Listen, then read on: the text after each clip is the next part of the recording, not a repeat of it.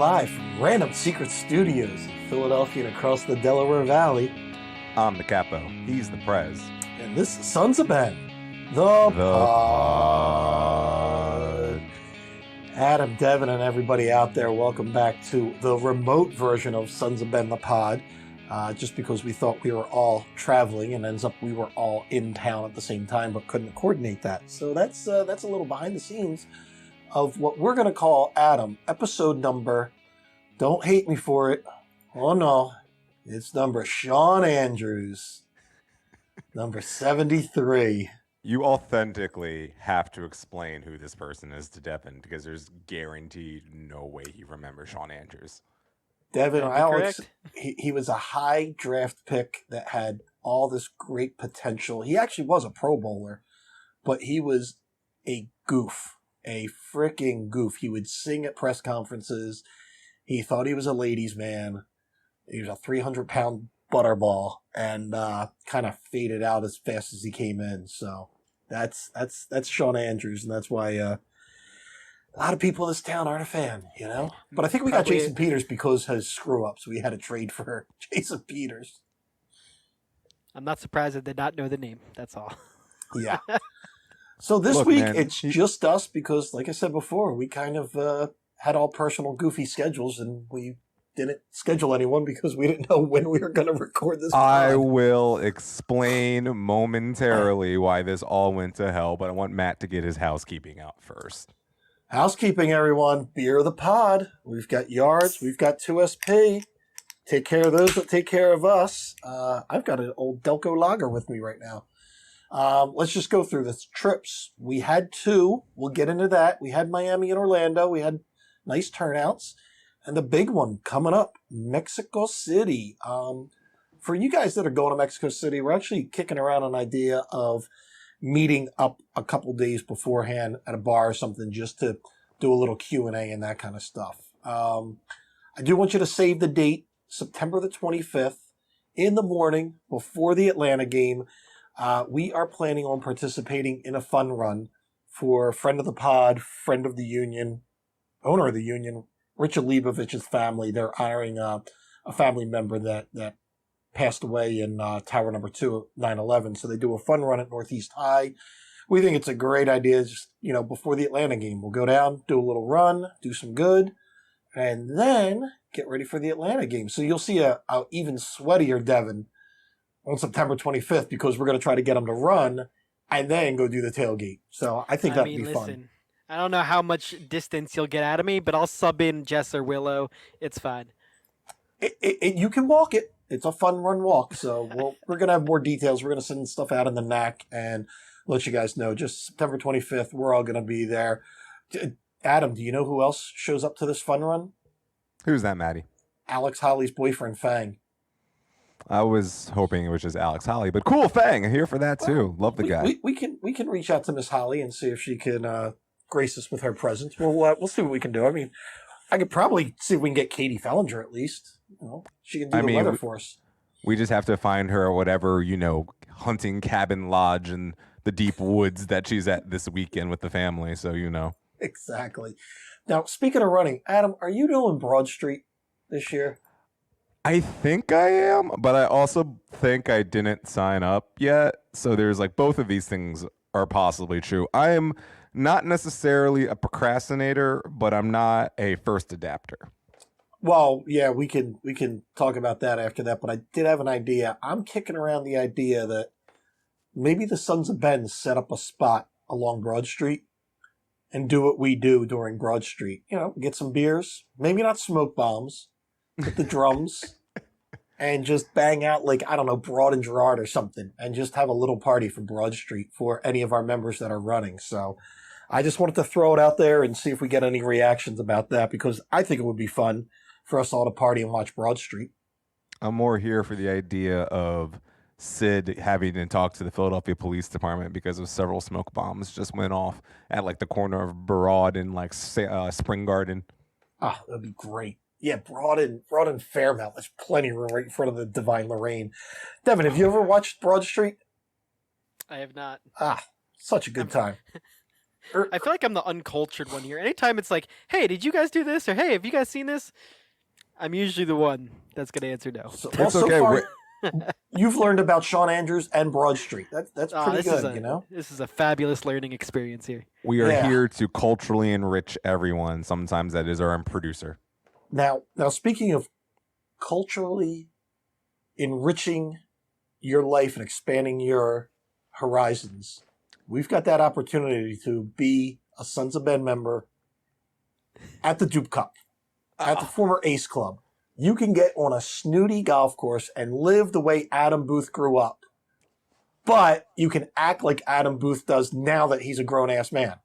So you can take childhood Adam Booth's upbringing and combine it with 31-year-old Adam Booth's lifestyle of booing professional men that make a lot more money than all of us.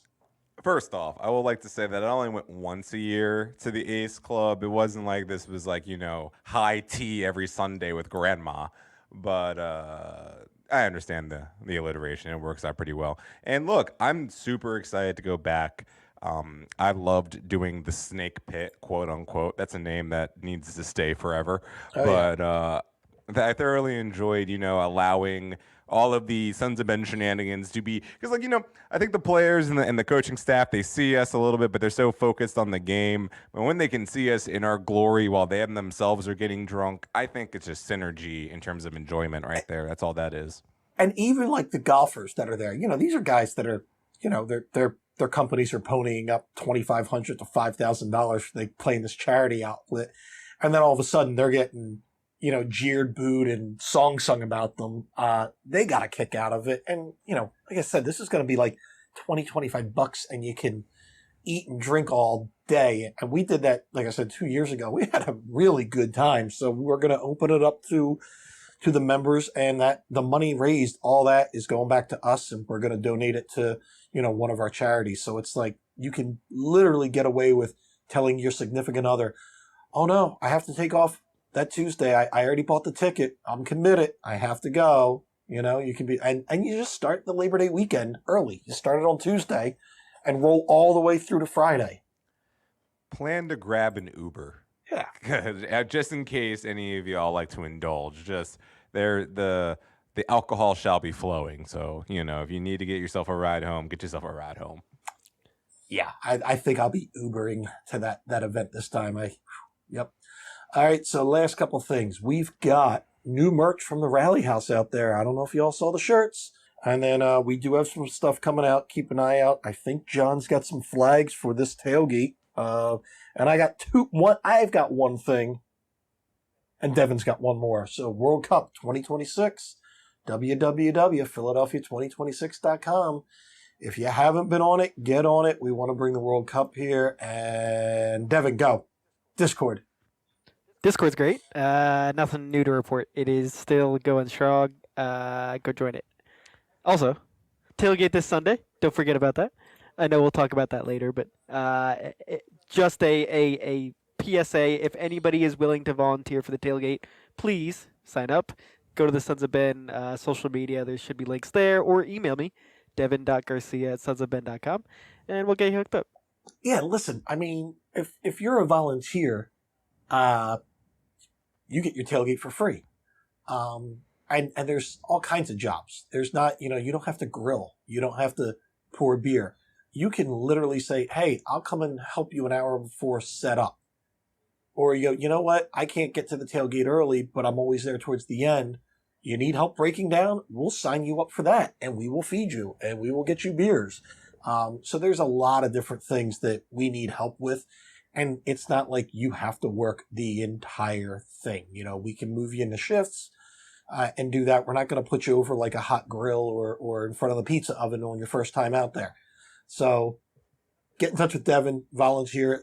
It's a great way to meet people. I know when I started doing tailgates, that's when I really started to get to know the members, because I just knew my little pot of friends. And then when I started running tailgates and with pouring beer, got to meet everybody. So it's a great way to meet your fellow members and mix it up a little bit. All right, Adam. What? Before we get into union news, Yes, sir.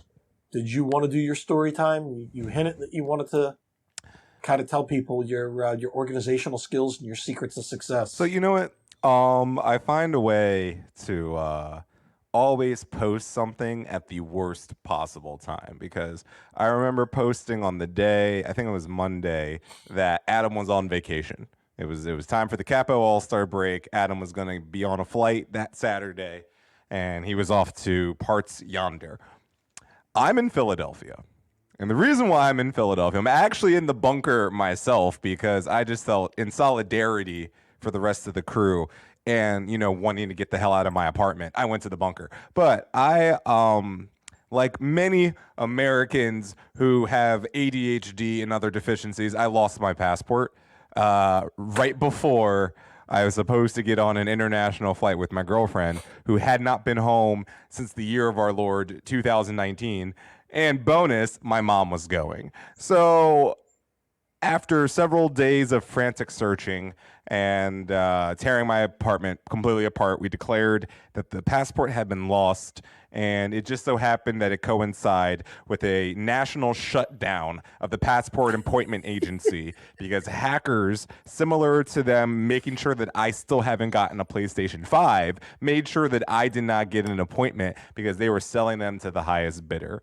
But shout out to the National Passport Center and this lovely woman by the name of Ebony who helped me out finally after my girlfriend found out the Konami code basically to get inside the answering machine. Now, Matt, the Konami code was a cheat code that was used in video games in the early 90s. Anyway. So, Is that left, right? Hey, there's something I know. right, exactly. I was like, Devin was just like, wait a minute, I get that reference. And I was just like, there you go. But The sad thing is, I know that reference because Ryan Bros used to have. We had a lock that had the directional lock on it, and that was the code to it. It was like up, left, right, and I'm like, Bros, come on, dude, you're killing me with this. Whatever level of nerd you think you are, Ryan Bros has you beat. Don't ever kid yourself into believing you are a true nerd. This man. He is a hipster nerd, if that's even possible. He was a nerd before nerds were cool. Anyway. He's an encyclopedia. It's unbelievable. The knowledge that flows out of that man from just random forms of anime and manga. I can listen to it for days. And at some point, we're going to hook him up to you so then you'll never lose passports and stuff. No, here's the thing. I still think he's moderately forgetful occasionally. I'm not exactly saying that made him foolproof. So here's the thing. So I lose the passport and National Passport Agency closes down. But this lovely woman by the name of Ebony, she gets me an appointment in the Constitution State. So I'm going to Stamford, Connecticut, home of Jerry Springer, Steve Wilkos, and way too many rich people who don't want to live in New York. And the WWE. This is very true. And every single time I'm on the train, I love going by the headquarters right there. You're like, what is that for real? But yeah. I always wait for somebody to get thrown out the window like the old commercials when I pass. I would like to hope, just Triple H just manhandling someone from the NXT group. But anyway, so I got an appointment. It's for August 5th. My girlfriend is staying in Italy until August 18th, so I will be able to meet up with them. And I may have one day of overlap with my mother, which would be nice. But she's there right now with my girlfriend, her brother, and her mom. They're in Rome right now. They're going to fly over to Palermo in a couple of days. And they bought so much crap already. Like, they legitimately went to every major store and bought everything because it was just, there. But shout out to Gigio. My mom got me a Roma jersey, so I might be sporting that next time in Grand Cafe.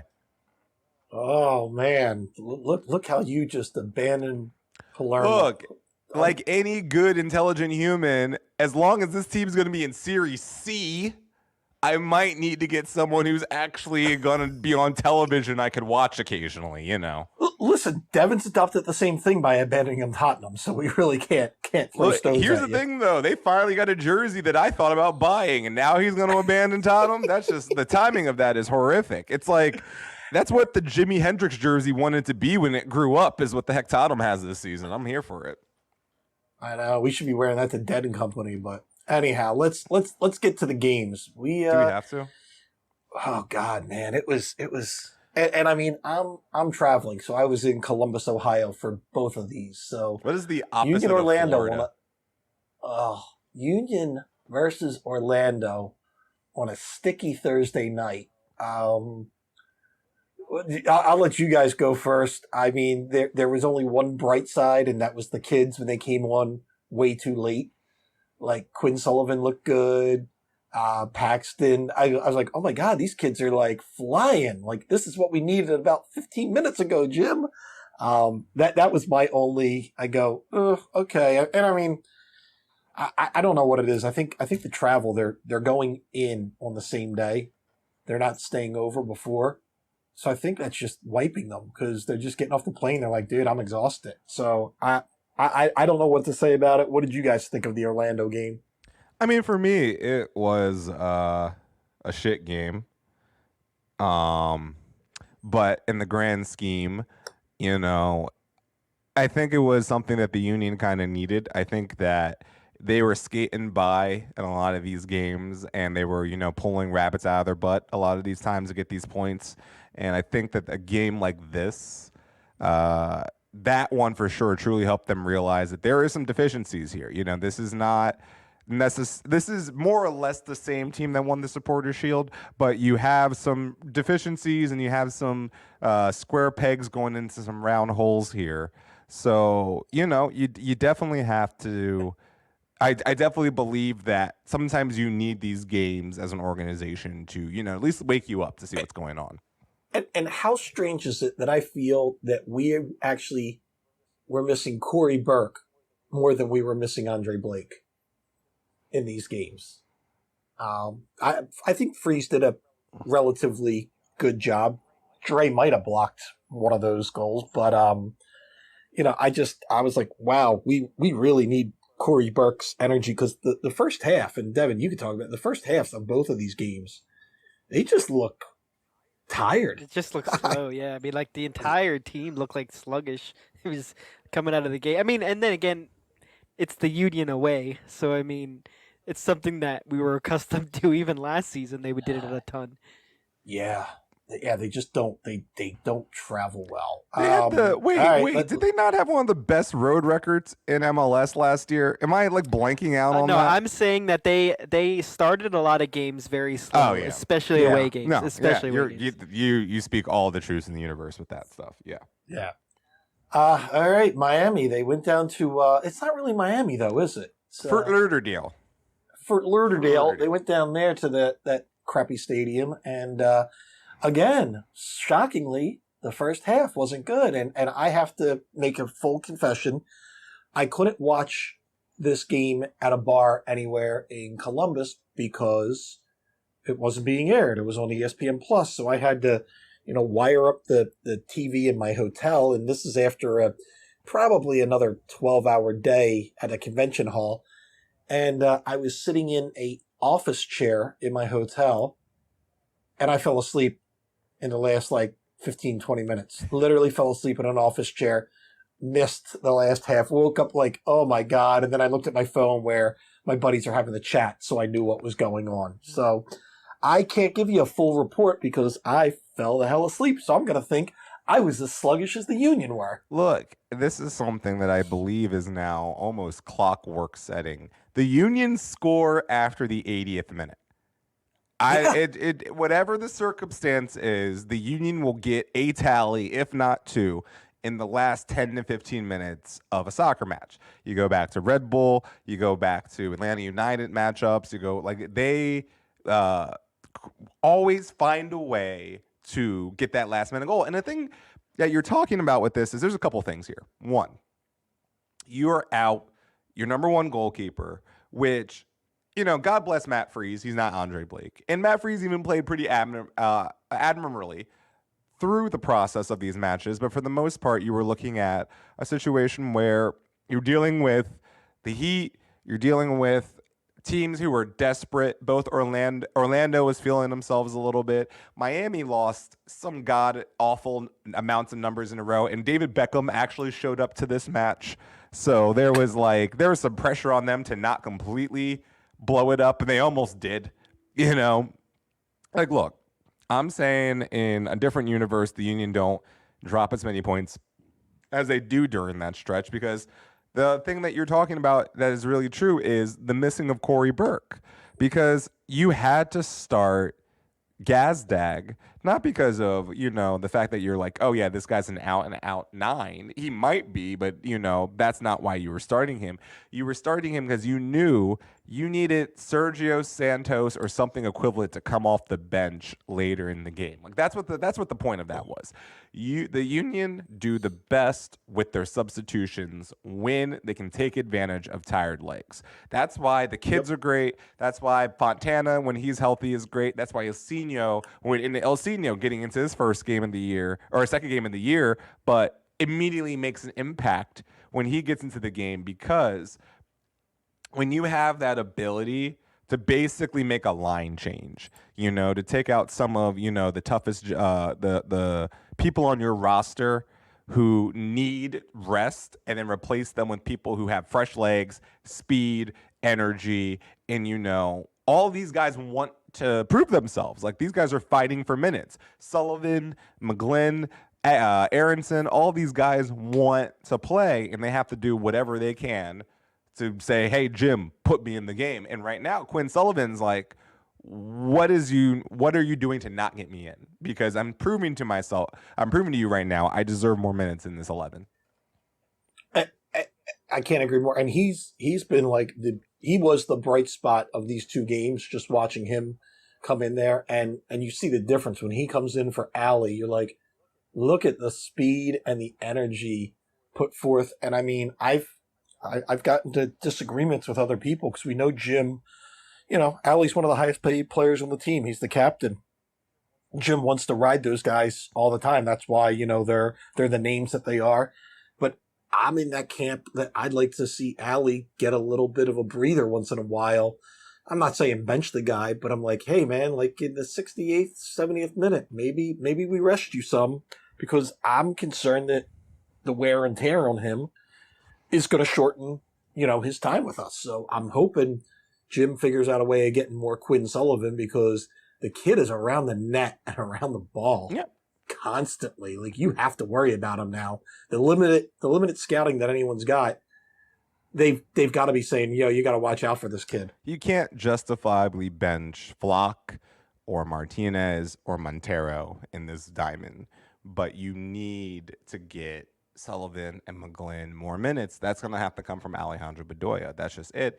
And if you're looking at what is the weakest link in that midfield right now, it is Mr. Bedoya. This is not to say that he's playing bad, but just to say is, if there's one person that you can do something with and, still keep the general, veracity that you want as a team, that it's going to be subbing him out. And I think Curtin is going to be making some tough calls moving forward, but at the same time, I think it's what's best for the club. It's not to say that, Alejandro will not have his moments and not be, useful, but you got enough 17-year-olds right now who are saying, I want to play.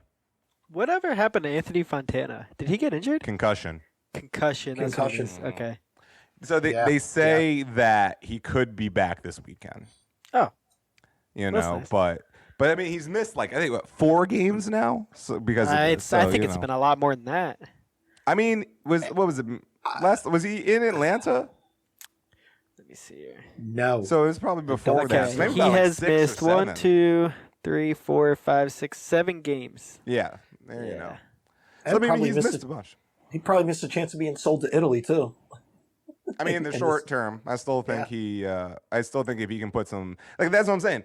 If you have a situation where Fontana's now coming off the bench again, Elsinho's healthy again, Corey Burke's coming off the bench again, that's a different Union team than, a lot of patchwork that they were doing in the last couple of matches. They were just trying to survive the absentee of 3 very key players into what they're trying to do this year.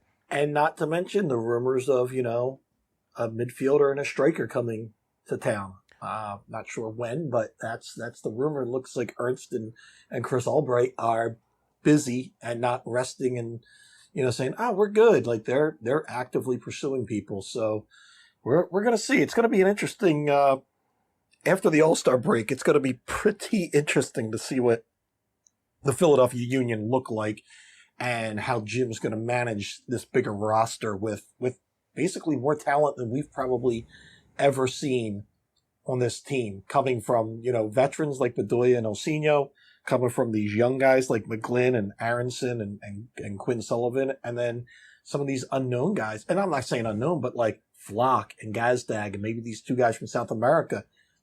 There's just a lot of variety of talent that me as a Union fan, I've never seen. We had one or two guys that you got excited about. Now, like Gazdag looks as advertised right now. So I don't know. Now we did say something about, speaking of the benefit of this club. We do have something that's going to benefit this club, and it's called the Chicago Fire are coming into town. Thank God the Chicago Fire are coming into town. Led by that Fabian Herbers. And we can show them what it's like to have more than 5,000 people in the stands, so that's good.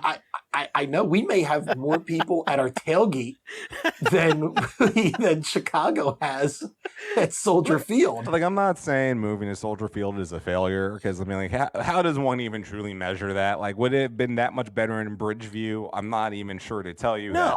But like, if you were trying to, use that as like a springboard to be like, hey, it's in the city, it's bigger capacity, we could totally get people to show up here to watch the Fire. That has not worked in any capacity. If your team is terrible, no one's going to come. It doesn't matter where you are. If the Union in 2014 played all their games in the Link, they still would have had less people than they had at what was PPL Park and everything else. Yeah. I mean, because the product wasn't good, and you're not going to draw people. Like, it's plain and simple. I mean, and is there anything to look forward to with the Fire? I'm looking up and down their roster, and I'm just like, what do you have that I could get excited about if I was the Chicago fan? Promotion Bobby and relegation. Yeah, basically it. No, promotion and relegation was made for the Chicago Fire. Like, that was literally forged in stone for the Chicago Fire, because that team needs something to wake it up. And that is the problem. And this is what happens in a lot of professional sports. Like, this is how you can get a Cleveland Browns. Like, you can't get a Cleveland Browns situation, which I know they're now good, but people know what I'm trying to reference when I'm making this point.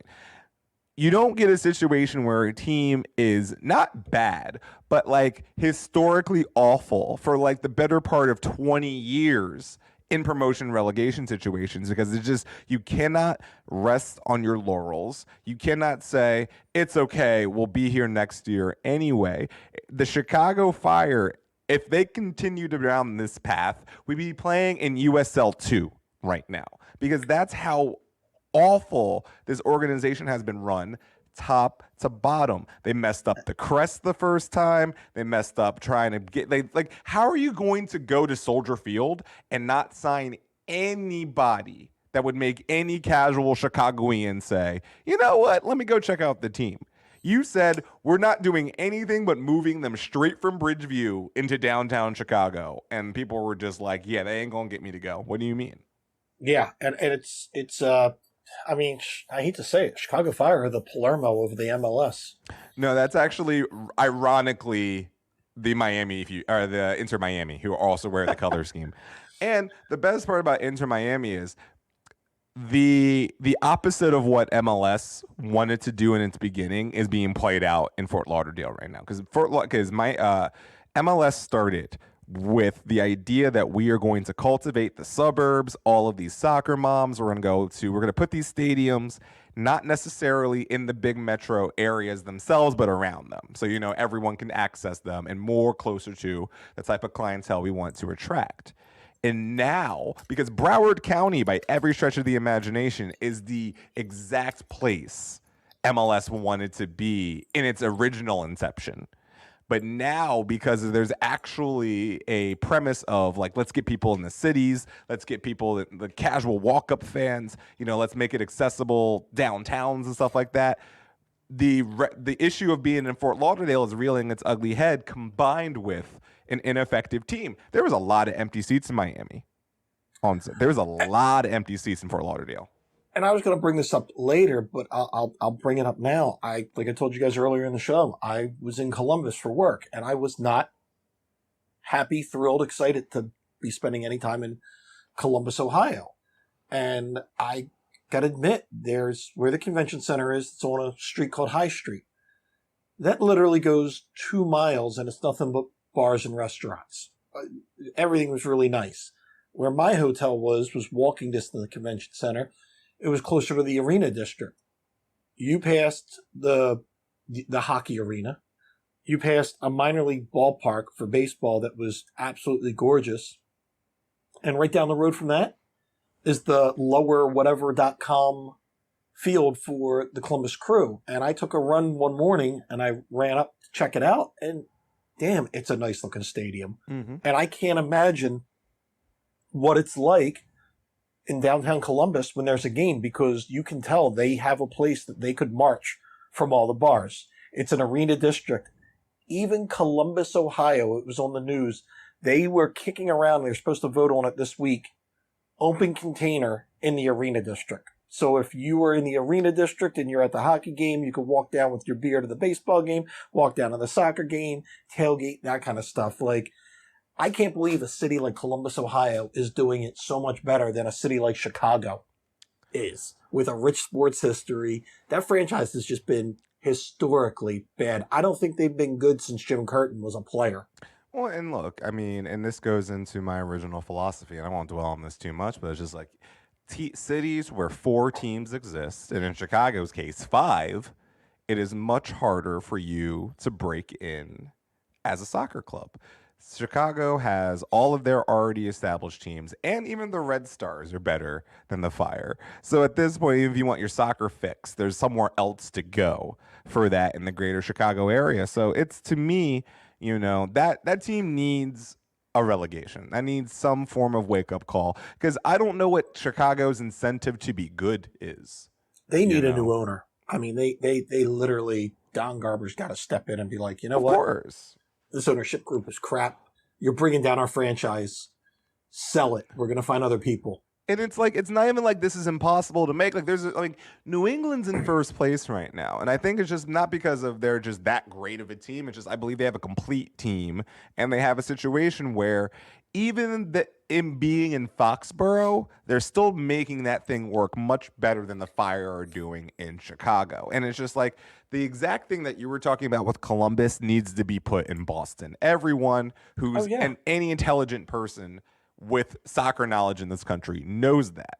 However, it's because of the convenience of this whole thing. It's like there's going to be a very interesting dynamic when MLS comes to fruition with all of this. There's going to be teams that are playing in football stadiums, maybe because of ownership happened or because of they were big enough to, like, you know, necessitate that level of capacity. And then there's going to be a lot of what they have down in Austin, the new one in Columbus, the thing they have in Cincinnati, all of those stadiums coming out. So you're going to have either 55,000 or you're going to have 22. And it's going to be very interesting to see how moving forward MLS wants to do this, because a team like Chicago needs Bridgeview, that level of a stadium in the city of Chicago. It's never going to use Soldier Field to what it wants to. Yeah, they need to be in like Wrigleyville. You know, where they need to play at that terrible place where the White Sox play, guaranteed rate field. That's where they should be playing. There's nothing in that area you want to go to there. There's no environment. But I mean, it's funny. What kills me is, you know, the interest of people that want to own an MLS team and do good with it is at an all-time high. You look at some of, and we'll say it now. Today, Patrick Mahomes bought into Sporting KC. He already bought into the Royals, and he pretty much owns the Chiefs just by his play. He wanted in on this. You've got David Beckham. Came over here to play so he could get an MLS franchise. That's basically was his deal. We know we've got Kevin Durant. You talked about Austin with Matthew McConaughey. There are people that want to be part of this, and the fact that Chicago doesn't have any famous Chicagoans or whatever you call them, Chicagoites. You know, Michael Jordan, man, why? I know you're in the Carolinas buying a crappy basketball team, but like, I mean, he owns the whole franchise, though. Yeah. Hey, Scottie Pippen, instead of making like horrible hot takes to sell your little shitty bourbon, maybe you should spend some of that ring money and buy the Fire and do something with it if you're a know-it-all.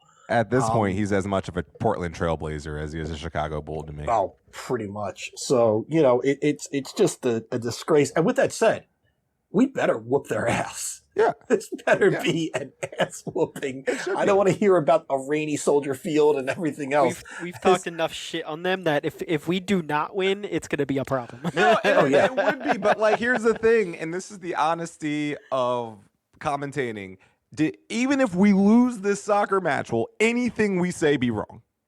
No. Yeah. Like, you're right. will Yeah. any of the words we just say be Yeah. wrong, even if Yeah. we lose? The fact that we said we should whoop their ass, That's it. That would be it. That'd be it. Everything else about the Chicago Fire will be true. They could beat us 5-0, and I'll still say they're the worst run organization in MLS by a country mile, and it would still be true. Yeah. Devin, here's your moment, man. Let's talk tailgate. I mean, Let's are you talk. doing Chicago pies and Chicago dogs? Are you doing, that's a little deep dish action, I will say we are coming back down to earth a little bit after the last tailgate. We need to have we need to find a baseline here. So we're gonna go, maybe a little more low key, probably a little bit less activities. Maybe no DJ for this one, but no, it will still be a blast as it always is. Beer and food as always. We got the new cornhole boards. Maybe we'll set something up with that. We'll see, but. I tell you what, I looked at the weather. It's going to be in the 80s. It's not going to be that sweltering heat. The rain is done by Friday. It's going to be a great day. It's a 6:00 game. Oh yeah, so it's a little, perfect for a Sunday. little earlier, so I think get out there. I mean, where else can you spend $10 to $20 on a Sunday fun day and get as much as you're going to get? So don't go to brunch on Sunday. Save up the room in your stomach. We're still going to have Dietz and Watson out there. We're still going to have beers. And we've got a guest tap, too. Artillery Brewing, who I've talked to, and they're going to be out there in Forest. They'll have a couple reps there. So maybe you guys can get some free samples as well. So, maybe so- some free stickers. Who doesn't want some more stickers, I have More so many stickers. fucking stickers. Oh my god! Like, just the amount of people who just like, "Hey, Adam, here's a sticker from our brewery or our podcast or our skateboard brand or whatever the hell it is."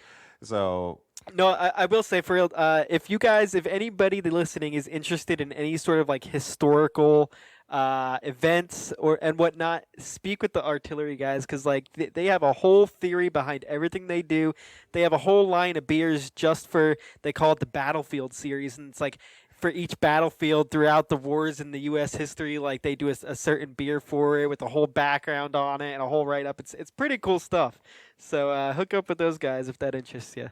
I really just want to think of like the most obscure battle of like all time and be like, "You got a beer for this one?" And just be like, "Yeah, the Battle of like Iwo Jima 2 Electric Boogaloo. Yeah, we got one for that. Yeah, that's fine."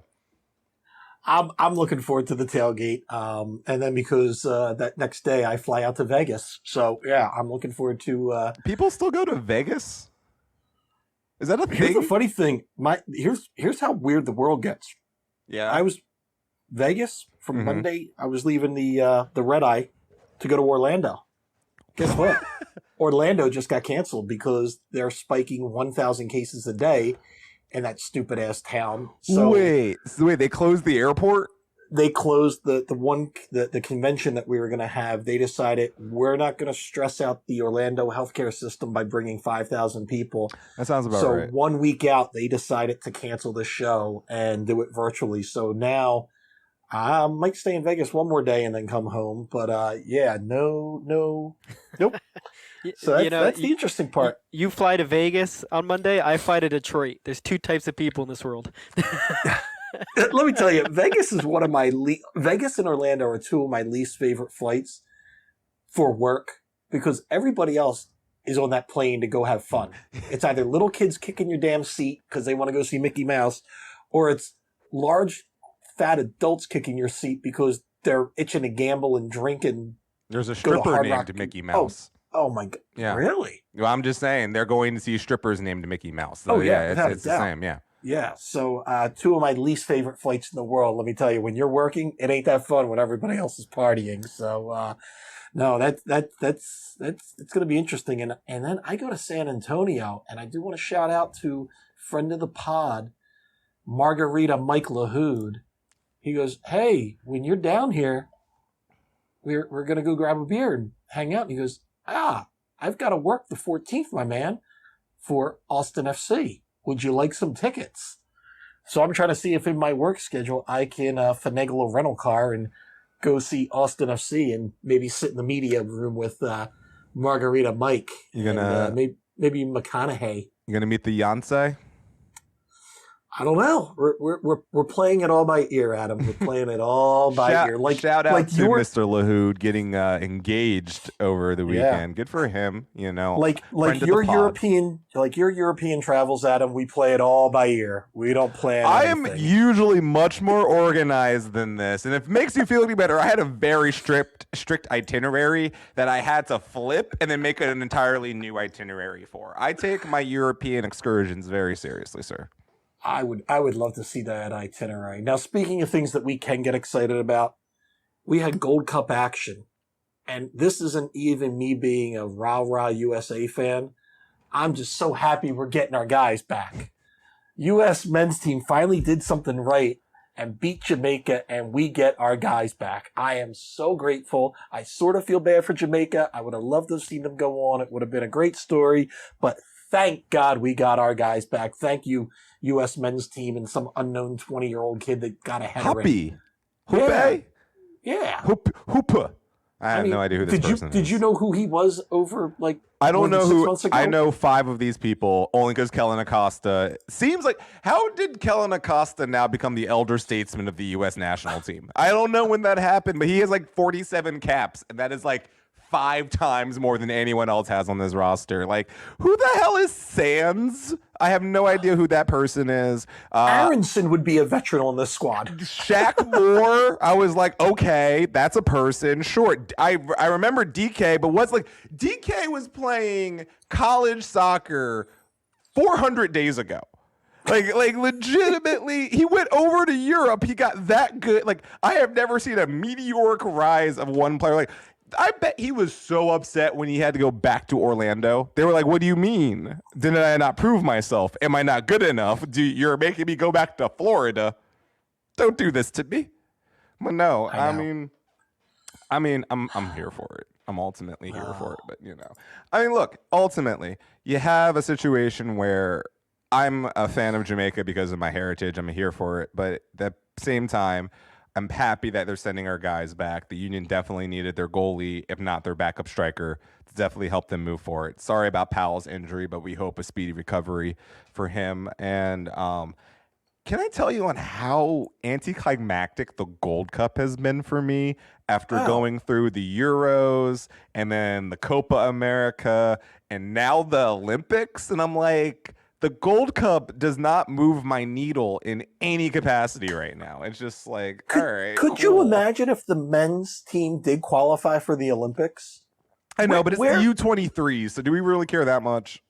Well, that's what was playing now. I mean, I would have liked to see Mackenzie and Aronson and everything play, but I probably would have been paying attention to the U23s more than the Gold Cup, and I'm not paying that much attention to the damn Gold Cup either for that reason. Like, it's. I think I've watched more. Good. I think I've watched more total of like Qatar, El Salvador than I've watched, you know, more than American soccer so far. Because if anyone belongs in the Gold Cup, it's Qatar. I like that rule though. I like the invitation rule because, like, remember they were supposed to be in the Copa America, but because of COVID, Qatar couldn't join. So it was Qatar and Australia were playing in the Copa America. So I love that. I love that invite policy where like the Americas are just like. So we don't really have that many nations over here to fill out all of these rosters. So 2 of you guys just want to come hang out with us while we do this tournament real quick. And Qatar is just like, we need all of the good publicity known to man. So let's go. And they're in the knockout stages. Good for them. They beat El Salvador like 3-2. Like good. They're the quarterfinals. We let Qatar into the quarterfinals of North America. That's what we did. I know. It's that might be the only exciting part of the Gold Cup, and that's to quote Forrest Gump. That's all I'll say about that. It's just going to be America versus Mexico again. And then we're going to be like, oh, I don't know who's going to win. Wait, the Americans are at home. Let's hope they bleeping win. Meanwhile, the Mexican men are about to win gold in the Olympics after they just kicked France's ass. That U-23 squad of Mexico is scary. Oh, my God. They're good. Yeah. All right, Devin, it's your favorite part of the show. We get to talk about what all the Euro snobs tune into this pod. They fast forward all the way to this Oh part. yeah, I'm sure. We got some Premier League action, yo. They're coming back. The Preseason. Premier League is coming back. Fingers crossed that, England keeps COVID at bay and we do get the Premier League. But yeah, and as was broken on this pod last week, Premier League Live is scheduled for Philadelphia. They haven't given the date, but our COVID numbers are still solid, knock on wood. So it looks like we're going to have the Robbies and Rebecca and Danny and Tim and everybody in Philadelphia. And it was planned before that the Sons of Men were going to have some sort of presence at the live event. So we hopefully will be able to do that again. And you will hear about it first on this pod and then through our other channels. So keep that in mind. Now, Adam, you forwarded to me a little Players Tribune article from your and my favorite goalkeeper of all time. I feel bad for Kepa. I don't feel bad because honestly, you have to do your job. So there's only but I feel bad for people who don't do their job and get infinitely more scrutiny than anyone else on the planet Earth would get for not doing their job. I understand these players are paid immaculately, particularly this gentleman, but it's just like the amount of crap that even I've given him, I felt bad at times. But the kid, look, he owns it, which is something that I appreciate in anyone. He ain't blaming anyone else. He's saying, look, I played bad. I want to play more minutes, but I played bad. And this is what happens. But look, played today. Got a 2-1 win against Bournemouth in the preseason. Got to stretch his legs as well as Captain America got, since he's like, I guess they don't need me to win the Gold Cup anymore. So I guess I'll just go over here and hang out with preseason. But yeah. It's his first full preseason. Do you think that at this stage, the Premier League's like, you could totally not go to the Gold Cup? What do you mean? That is the most useless tournament in the universe. We need you for preseason matches against Bournemouth, my guy. I bet you that team just looked at him and said, don't you dare go over. Don't you dare go over and maybe have to go travel to a city like Orlando, for God's sakes, and get the COVID. Like, stay here, practice. And I think for him, he was like, especially with all the injuries he gets, it was like, you know what? A preseason with the squad probably is better for my career than winning a Gold Cup with the U.S. under 19 and a half team. Honestly, it's just so he can get Sebastian Lletget every single cap in humanly possible, because I don't know what Greg's hard-on is for him. He's a good player, but Sebastian Lletget has been in like 27 of the last 30 U.S. national team games of any capacity. I'm just like, I don't get it. He's still playing for the Galaxy. Is there something I'm missing here? Is he like actually really good, or are we just getting thin? I don't know. Okay, I'll edit this out. This is a stupid question. Who are you guys talking about? Because I thought you were talking about Kepa. We were talking about Kepa, and then we moved on. Yeah, Kepa had an article in the Players Tribune saying, but then you transitioned that immediately to something about Gold Cup. Are you talking about Pulisic? Yeah, yeah, we went to Pulisic. Because you I missed the Captain part. America. No, you missed the part where I talked about that Captain part. America stretching his legs because he was playing a preseason match. Gotcha. Yeah. Keep this. Keep all of this. Keep Yeah, all keep of it. this. I want the Now- people to know what dumbassery Yes. just happened in front of my face. Keep Good, all good. of this. Now, Devin, you've got a game tomorrow. I do, yeah. Brentford versus Man United. No. Tottenham versus the is it the MK Dons? Who Oh is my this God. Like, Yeah.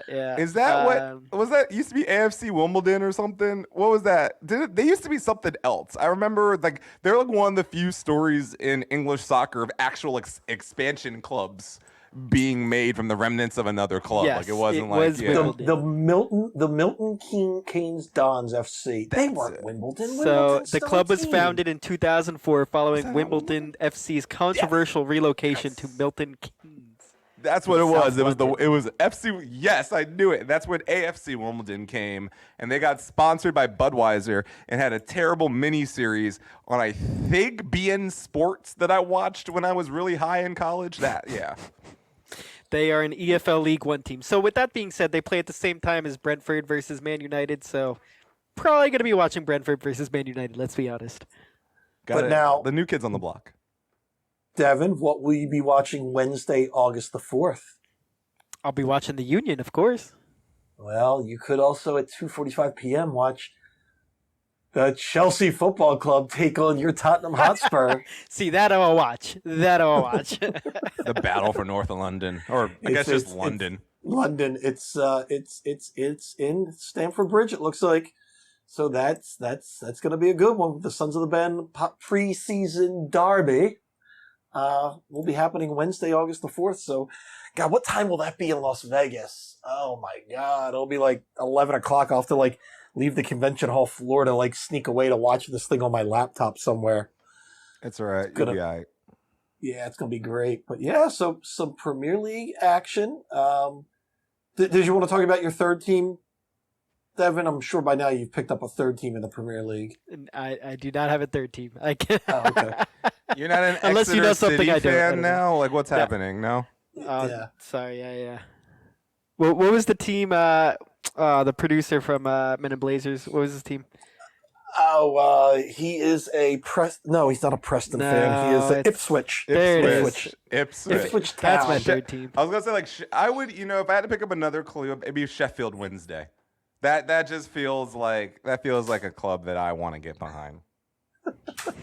Yeah, there are a couple. Like I do love watching the Premier League when they do in the preseason, and they're at the littler teams and their stadiums, and you're just looking at the adverts, and you're like, wait, is that just like a used rental car line that's their premier sponsor? And just, like, we sell toilets. You're like, oh, this is great. It's priceless to watch that. I mean, it's like the Travel Channel and sports all in one. What is Herbalife? I've wondered It's a pyramid scheme. Oh, okay.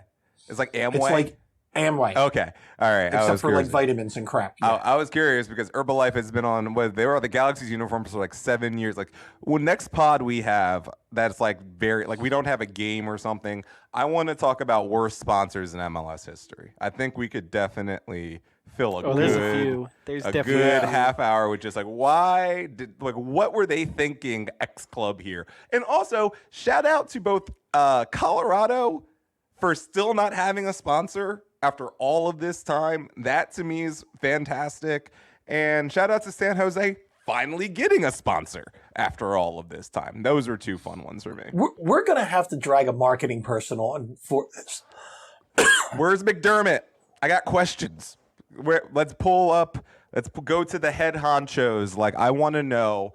I just saw earlier today John Skipper, former ESPN head honcho, explain why Texas and Oklahoma State or Oklahoma going to the SEC is a big deal. I want someone of that caliber explain to me why MLS has the worst sponsorship deals in professional soccer. I think we're going to have to talk to somebody in the front office. In fact, I may know someone in the strategy department. And when are the Union being sponsored by DraftKings? Because I'm assuming that's the next logical step here. Oh, it's got to be. I'm sure. I've heard rumors that the MLS is really trying to explore how they get into some kind of gambling app, because every other league is. So I mean, every club that's not the top six is sponsored by like Bet365 or some iteration of that. Yeah. Devin, looking at the notes, I think we covered everything and in record time. Do you have anything else that we have to plug, say, or pray about? I wouldn't call it record time, but I'm good. Ladies and gentlemen, this was we came in and out just like Sean Andrews. We came in hot and Phrasing. left loud. Yeah. Phrasing. That shit crazy. So episode number 73 is in the books. I hope to see everybody on Sunday at the tailgate. Say hi. And we'll let Adam will do some cheering for everybody since he is not in. We'll make you do everything in Italian. Your pregame cheer, you can do it in Italian, okay? Grazie. Bonfaculo. All right, everybody. Thank you for listening to episode number 73. Sean Andrews. Aloha Felicia.